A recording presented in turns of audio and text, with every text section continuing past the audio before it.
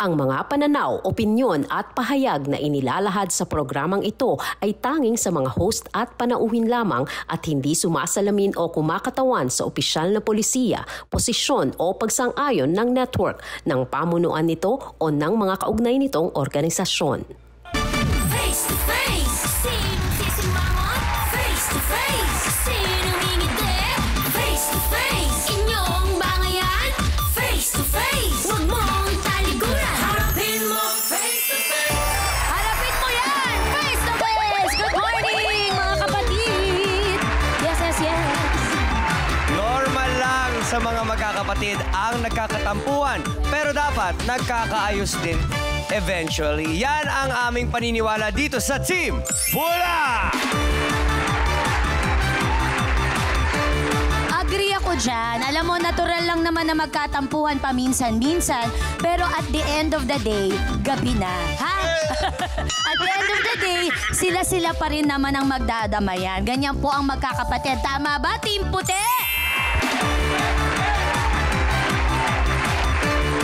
Katulad yan ng sinasabi namin dito, walang patid ang saya. Basta't magkakasama tayo mga kapatid. Saan pa ba? Dito lang sa Face to Face Harapan!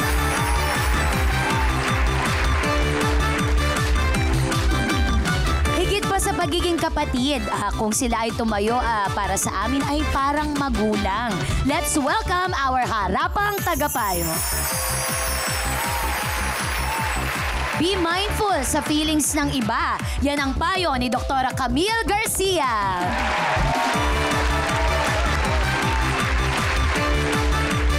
Kapag mahal mo, ipagdasal mo. Advice yan ni Dr. Love, Brother June Banal.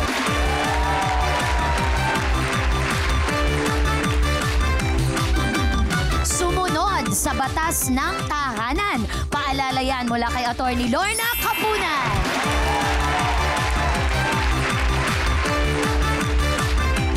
Kapag siya na ang pumagitna, nakikinig ang buong pamilya.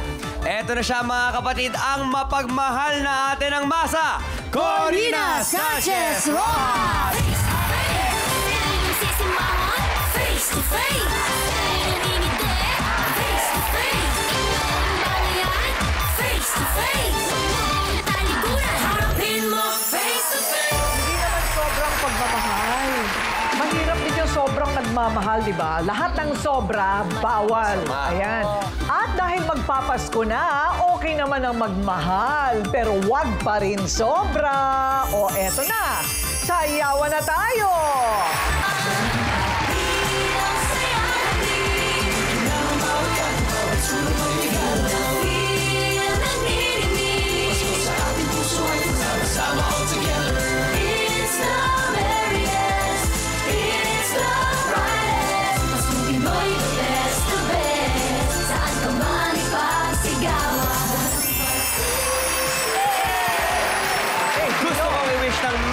Christmas ang ating sayawerong sawsawerong for today. Mami, tara po! Let's go, Mami! Maraming salamat, Pinkon Marketing! Ibigay mo na daw, kuya. Sabi niya. Pag dumagating sila dito, nakakalimutan nila. Kanina, okay. Sobrang ano. O eto na, isang ina nagmamakaawa sa kanyang anak na tila wala na raw panguunawa. Palagi raw kasi nagagalit ang anak na ito dahil madalas umihi sa tapat ng kanilang bahay ang isa niyang kapatid na may polio. Pero ang tanong ng inirereklamong anak, hanggang ba kailan kita uunawain?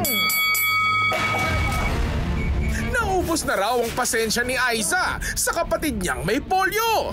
Labis-labis na raw kasing naaapektuhan ang kanyang negosyo.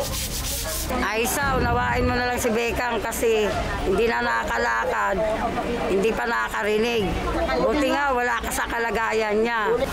Paano mapaninda ko? Wala nang bumibili kasi mapanging paligid. O, pag hindi ako nagtinda, ano papakain ko sa inyo? Oo, pinakakain niya po kami. Kaso, nagagalit siya lagi dito kasi nagkakalat ng dumi at ihi. Heto na't handa na silang humarap para pag-usapan ang tungkol sa kanilang bangayan. Eto na ang mag-inang laging nagbabangayan. Nanay Nene at Aiza, harapan na.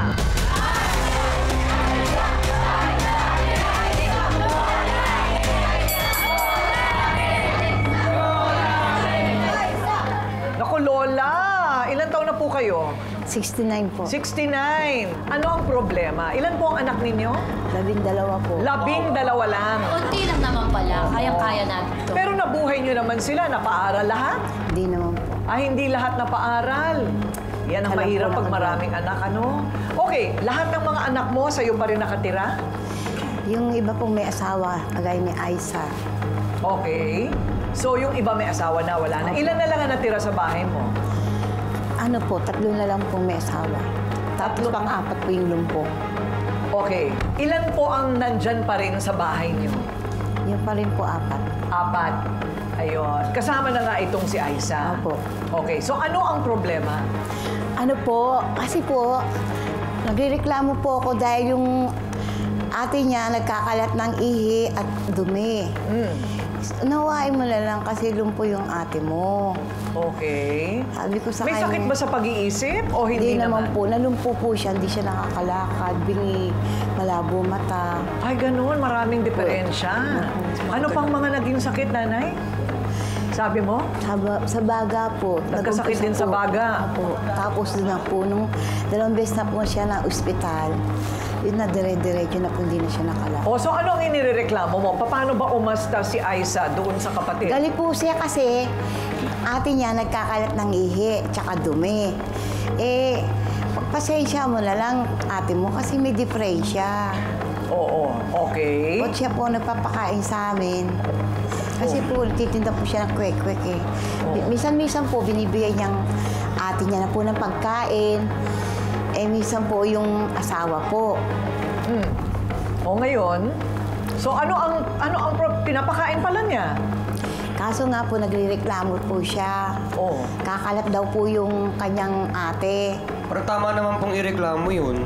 Hindi nga kasi nga may sakit. May sakit po Pwede yun naman po. gawa ng paraan para magdumi sa maayos na lang sa tamang pwesto. Oo nga, wala po bang bantay si ate? Pero ano lang po siya, gumagawa ng ano kasi, meron po siyang tabo, doon niya sinasahod yung ihi niya.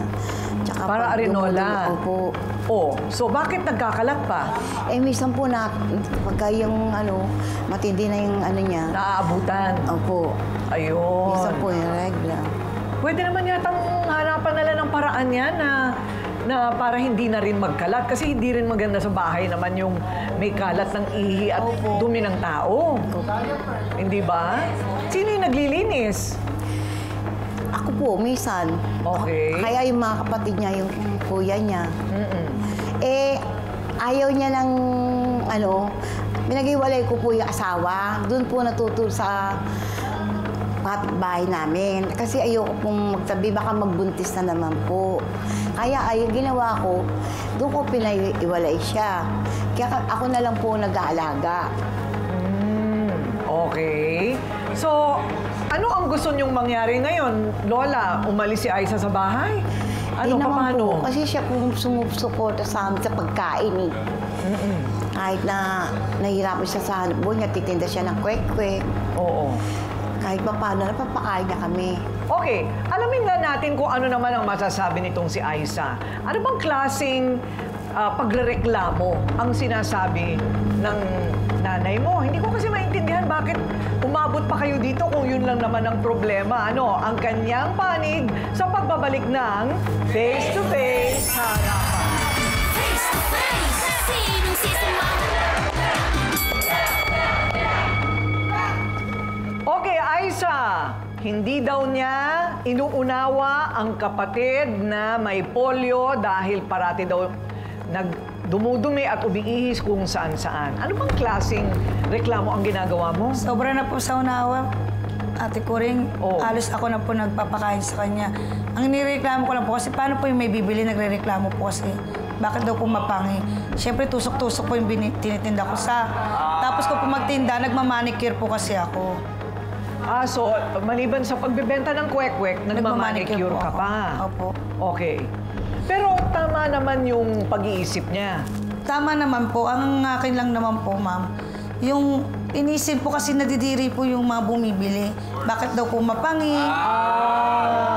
Okay. Sinasabi pa sa akin na customer. Mapangi po. Pero ano ba ang pinakamasahol mong ginawa? Pinagsasalitaan mo ba ng masama? Sinasabihan ko lang po na huwag niya pong laging inaalagaan kasi may asawa at anak naman po yan eh. Siya laging gumagawa, hindi naman niya responsibilidad. Okay. Dapat po sa asawa po. So may asawa at anak? Opo. So hindi siya pinanganak na ganon, Lola? Hindi po. Yung pangatlong pagbubuntis niya po, doon po siya na polio. Na polio. Yun na nga yung adult na. Adult na polio. Opo. Okay, so may anak. Ilang taon na yung anak? May mga pamilya na po.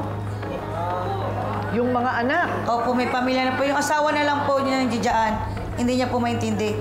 Pero yung bayo ko po, sa kanto lang po natutulog. Yung mga anak po walang dumadalaw para tumulong? Wala po. Nasa mga pamilya na po kasi sa lang sa sarili. Hindi ko maintindihan. Si Aiza, 10 din ang anak. Saan? Siksikan kayo lahat doon? Hindi po, may mga asawa na po sila. Ang aga naman nila mag-asawa. Ilang taon na yung... 23 po. Oh, yung pinakamatanda. Opo. 10 eh. O so, lahat may asawa na? Opo. Yung may 3 na lang po yung magiging malit ko. Ang aga rin nilang nag-asawa. Naku, ilan ang anak ko? 10. Ito, 12. 12 po. Sa turuan nyo na yung mga 12 anak po. ninyo na wag nang mag-aanak ng marami. Pero malaking problema talaga yun, Lola Nene. Kung yan ang pambuhay sa inyo, ano nga naman, minamalas dahil doon dumudumi-tumiihi yung isa mong anak. May polio po. Nasa tama namang pag-iisip pala. So bakit hindi po niya magawa na pumasok pagka siya'y... May ganun ba, incontinence? Yung hindi mo mapigilan? Depende po kasi. Pero yung sinasabi na gumagapang doon, parang I really wanted to know if this is attention getting. Dahil kasi bakit kailangan lumabas pa siya considering the fact na nasa kama, tapos meron namang ihian doon at lahat. Siyempre, lalabas ka naman paminsan-minsan. Pero bakit palaging same spot doon sa kung saan nagtitinda si Aiza? Parang nakakapagtaka. Bakit hindi doon sa lang, di ba? Baka naman sinasadya, Aiza, hindi kaya? Hindi ko po alam. Lagi na lang po ganun ginagawa. Sa tuwing magtitinda po ako, araw-araw na lang yan. Hindi naman po Sa palagay niyo, Lola Nene, may sama din ang loob yung isa mong anak sa kanya, kaya sinasadya. Bakit doon ang doon? Kaway po. Opo. Opo. Ayan na. Sinasadya. Nagwawala po pagka nagsasabihan. So, hahayaan lang natin magwala. Oo. Ano yun? Hindi ko Proseso yan. maintindihan. Kasi alam mo, tingin ko, Doc Camille, kailangan i-assess yan. Eto na, ang mga kakampi naman ng mag-ina ang magbibigay pa ng kanilang mga saloobin at impormasyon tungkol sa kakaiba din na sitwasyon na ito sa pagbabalik na face-to-face harapan.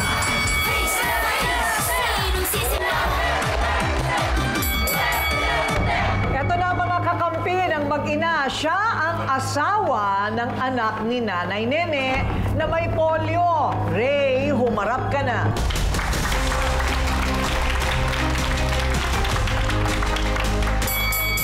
Kuya Ray, may trabaho po kayo? Wala po. Wala po. O di, dapat Minsan meron po. Pag may gawa lang, pag may tawag lang po. on call. Anong trabaho? Sundot lang po. Ano, no? Kanal. Maglilinis. po.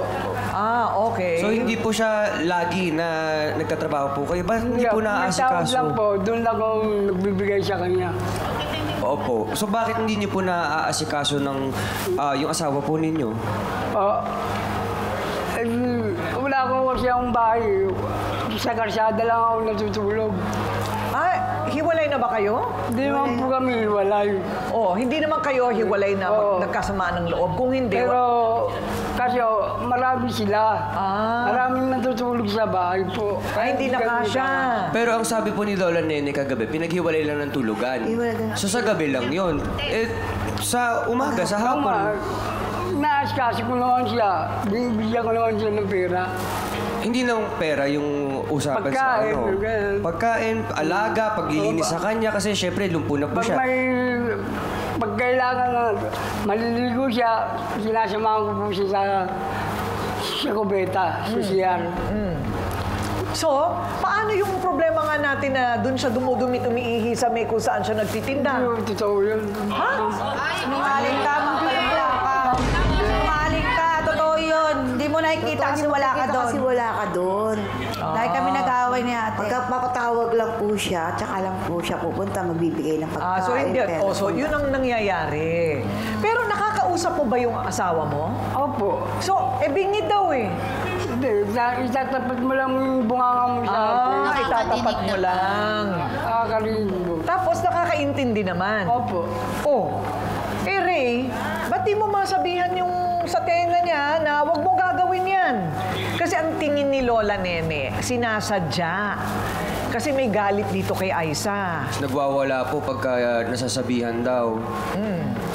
Itanong ako, Ate Kuring. Si Kuya Ray na laging kausap ang kanyang asawa. Sa tingin mo, anong ikinakagalit niya kay Aiza sa kapatid niya? Noon pa yan, may galit siya sa anak na, sa ating na kapatid na. Ano nga pong dahilan, Kuya? Yun, sila lang nakakaintindihan. Hindi ko alam kung anong galit nila sa dalawa. Oh, ayan. Doon po na po siya, ba't aawayin pa yung tao? Yun ang dapat kasi matulungan niya eh. Hindi yun, Ray, magtulungan. Nagpapakain nga siya eh. Pero wag naman siyang iihi at dudumi doon. Sabihan mo. Sabihan mo. Eto naman, ang kakampi naman ni Aiza, ha? Kasi si Ray, yun na nga. Ngayon, alam mo na ang totoo.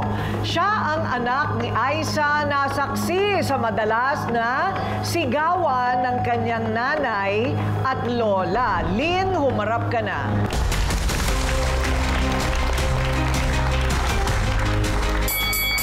Magandang umaga, Lynn. Umaga din po. Lynn, anong mga nasasaksihan mo na nangyayari sa bahay? Lagi po nila inaaway yung nanay ko. Pagsabihin lang po na na tapon po yung kasi po yung negosyo po ng nanay ko na peperwi sa ginagawa. Pero bibigyan naman po sila pagkain. Ngayon, ang amin lang po, itapon po yung yung pinag-iiyan po. Pinagsasabihan po yun ng nanay ko. Hindi naman po inaaway. So sa tingin mo, hindi nabibigyan ng tamang pag-aalaga yung auntie mong may sakit? Opo. Umaabot sa puntong nagdudumi na nakalat-kalat na doon, nakakaperwisyo na. Tapos sinaway po nila si mama. Yung gamit po ng nanay ko, tinatapon nila. Dahil nagre-reklamo ang nanay mo? Opo. Dahil po dun sa Ikaw wala kang trabaho? Wala po. Nako, kailangan nagtutulungan sa ganitong sitwasyon. Opo, Kaya nakakaperwisyo nga naman sa tulungan at pagsisikap yung ginagawa din ni Mrs. Hindi ba? Pero kailangan din may assessment tayo dun sa iyong asawa. Kung ano ba talaga, kasi parang jumble-jumble na yung kanyang mga kondisyon. Malay mo, may may problema na rin sa pag-iisip ng konti yan. Eto na.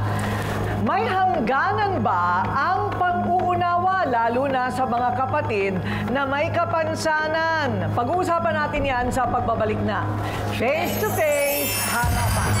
Face to face, sinong sisamahan? Okay, so batay sa hinaing ni Aiza kay Nanay Nene, may hangganan ba ang pang-uunawa? Alamin natin mula sa Team Pula. Talaga po, Nanay Lola Nene, ang masasabi ko lang kasi hindi mo siya pinapatabi kasi kanina sinabi mo takot na mabuntis. Paano po ninyo mag-pills? Kung sakali, siyempre lalaki po yan, nangangailangan din po yan. Para po maalagaan niya yung asawa niya, hindi pagkalat, hindi makapurwisyo sa negosyo ni Aiza. Sa akin naman po, opinion, siyempre, nandoon na tayo, intindihin natin ang may sakit. Para walang gulo, ma'am, yung negosyo mo, kung pwede, may mapaglipatan, ilipat mo na lang. Para wala talagang gulo. Maunawaan natin ang taong may problema sa sarili. Dahil alam ko talaga, hindi na siguro niya kaya na makarating ng pag-ihi. Kaya tayo na may maayos ang katawan, tayo na ang mag-adjust. Hindi yung may sakit. Ang may maayos na katawan na sarili, yun ang mag-adjust, maghanap ng ibang pwesto para walang gulo. May malilipatan ka ba? Sa lapat. Doon pa rin po tinatapon yung ihi nila eh. Doon pa rin po sa may pinaglilipatang sa gilid ko, kahit doon po sa harapan ko. Ganun po ginagawa rin nila. Ah, ganun pa rin ang ginagawa. Kahit saan ang lipat ko, ganun po mangyayari. Always po niyang always po niyang... Naglilipat-lipat. Opo. Tapos sumusunod. Araw-araw po. Kaso, yung po talaga ng tita ko, Doon pa rin po lagi. natatapon po talaga. Umaano po sa gamit ng nanay ko. Tapos naano po sa negosyo. Nasisira na po yung paninda ko sa ganyan. Kasi puwera na lang kung talagang pupunta ka ng kanto, yung malayo. Marami na po kasi nagtitinda doon. Ah, marami nang nagtitinda Opo, marami na po. doon. O, yun ang problema, walang lilipatan. Wala Pero na po magandang suhestyon yun, ha? Kaya lang yun na nga, yung hirap sa lipat. Okay. Attorney Lorna, nagtataka lang ako, halimbawa, PWD ka, okay, hindi ka makarinig, hindi ka makakita masyado, pero sadya ang ginagawa mong pang-iinis o pang-sisira sa negosyo, pwede ka pa rin ba mahabla? Pwedeng maabla yun kasi intentional yun eh. Oo, kung sinasadya. Either unjust vexation, ibig sabihin nang iinis ka, or nuisance, hindi ba? Nang gugulo ka. Tapos, ang feeling ko kay Lola, si Lola Nene, kanya siya tinitreat na favorite yung kanyang anak na may polio. Palagay ko may guilt conscience yan eh. Because polio vaccination is available upon birth. Parang sa... Hindi niyo napaturukan, Lola? Oo, kanya nagigilty siya na baka kasalanan niya na nagka-polio at a late stage yung anak niya. So kanya, nagpipayback siya, inaalagaan niya. At saka sa batas, ang order ng succession sa support, kung may asawa ka, number 1 dapat magbigay ng tulong at support yung asawa. Number 2, yung mga anak. Number 3, yung grandparents, yung kayo, nanay. At pang number 4 lang yung yung kapatid. Yan ang order of support. So, hindi pwedeng palayasin si husband, ha? Kasi siya ang may obligasyon na mag-alaga at magsuporta sa asawa niya. Sunod dyan yung mga anak. Walang obligasyon. Pang number 3 lang, si sister sa batas. Oo, kayo dapat ang sumusuporta sa kanya. Dr. Love, saan ang konsepto ng sa hirap at ginhawa dito? Di ba? Hindi ba dapat magsama sila sa hirap? Dapat. Oo. Dapat natin ko rin kasi mag-asawa. Kasal ba kayo? Oo, mag-asawa sila eh. They're entitled to be together till death do you part. Pero, tough love, yung nanay mismo, ang pinaghiwalay yung mag-asawa. Si nanay mismo ang sumira sa relasyon ng mag-asawa. Ang fear niya, baka mabuntis. Hello? Ang mahalaga dito kasi Ate Kuring, yung value ng core ng pamilya. Nakikita natin, wala nang mga anak nung kapatid ni Aiza na may polio. Asa ng mga anak? Silang unang dapat nag-aalaga dito. Sa Bible natin, Ate Kuring, sabi, ang maternal love daw is a sacrificial and enduring love na maikukumpara natin sa pag-ibig ng Diyos sa tao. Totoo yan, ang pagmamahal ng ina sa mga anak, gagawin ng lahat. Pero minsan wala na sa lugar. Kasi kung nakikita natin kagaya ni Lola Nene, marami siyang katwiran. Lahat ng maitatanong mo, meron siyang depensa para dun sa anak niya. Pero nalilimutan na turuan yung anak. Mali eh.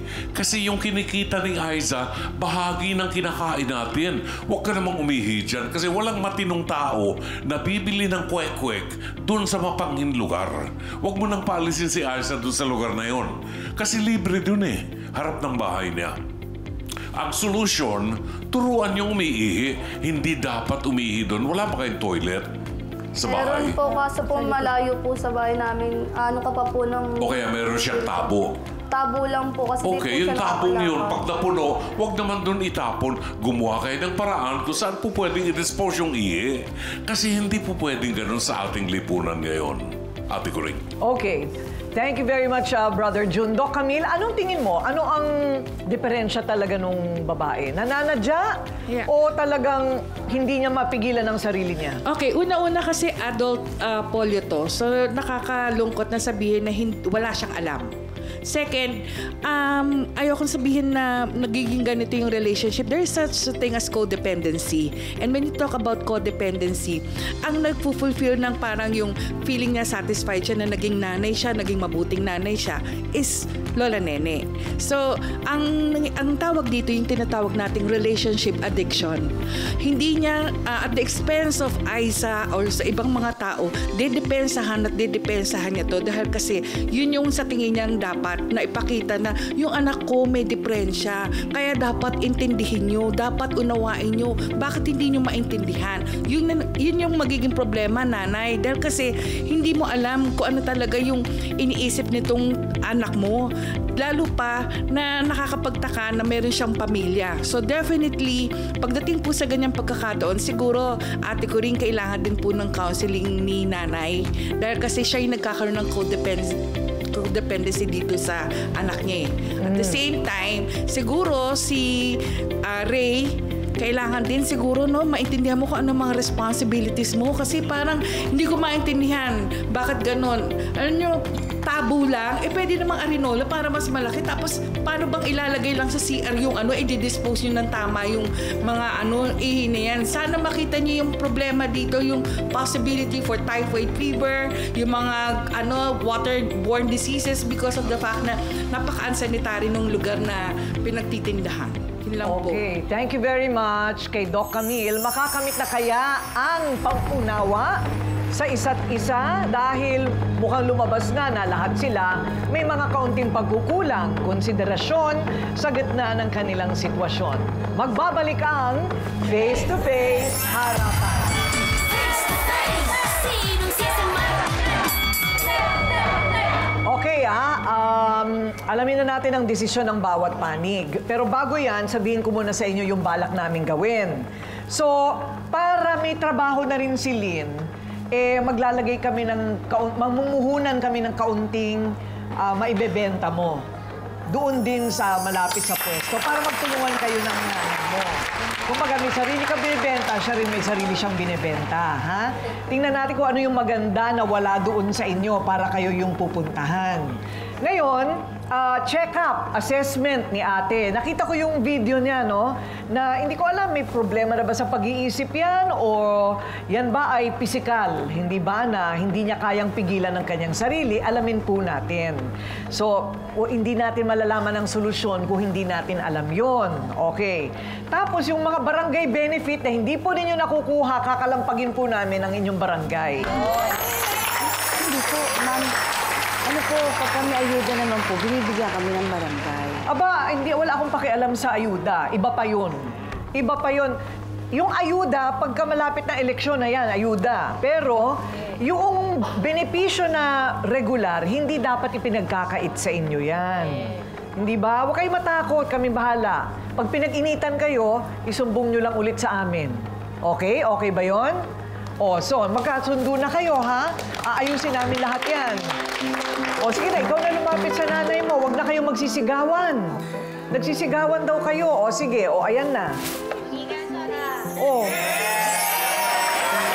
Total magpapasko naman. Magpapasko naman. Magmahala. Tumulong ka dun sa asawa mo. Balikan mo siya doon, ha? Basta't kami tutulong hanggang kaya namin. Pero kung kayo mismo, ayaw ninyo, wala tayong mangyayari dyan. Okay.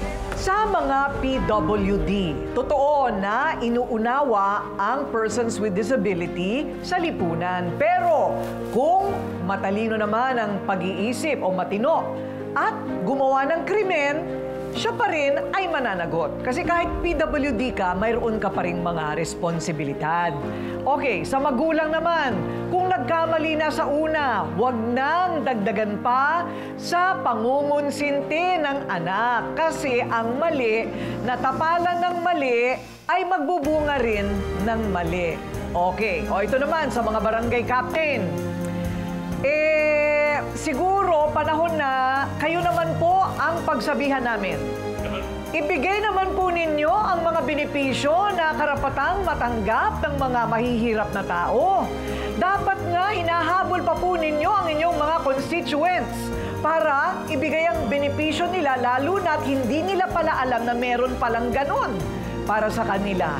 Naku, malapit na po na baka bumuo na kami dito ng Bantay Barangay na isusumbong namin sa DILG hotline para sa mga punong barangay na hindi binibigay ang benepisyo ng mahihirap. Maghanda kayo.